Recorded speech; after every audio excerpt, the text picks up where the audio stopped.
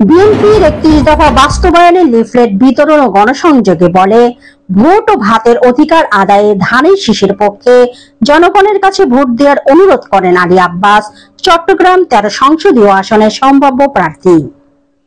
চট্টগ্রাম দক্ষিণ জেলা বিএনপির সিনিয়র যুগ্ম আহ্বায়ক আলী আব্বাস বলেছেন, ফ্যাসিস্ট আওয়ামী লীগ প্রতিহিংসার রাজনীতি করেন। তিনি দেশনেত্রী বেগম খালেদা জিয়াকে তার নিজ বাসভবন থেকে বের করে দিয়েছিলেন। আজ আল্লাহ শেখ হাসিনাকেও দেশ থেকে বের করে দিয়েছেন।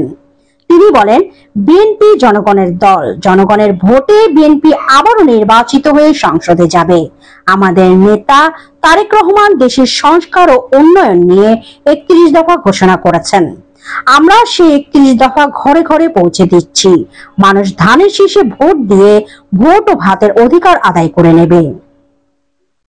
শুক্রবার বিকালে আনোয়ারা উপজেলার বটতলীতে হযরত শাহ মোহসেন আউলিয়ার মাজার জিয়ারত শেষে তারেক রহমানের ৩১ দফা প্রচারকালে আলী আব্বাস এসব কথা বলেন।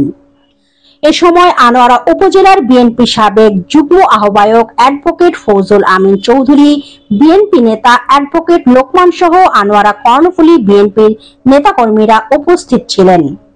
তারা গণসংযোগের মাধ্যমে তারেক রহমানের ঘোষিত ৩১ দফা জনগণের মাঝে প্রচার করেন এবং নির্দলীয় সরকারের অধীনে অবাধ নির্বাচনের দাবি জানান।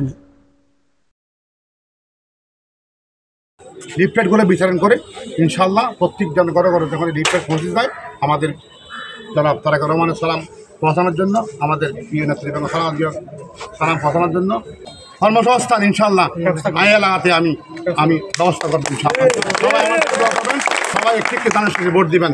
সমস্ত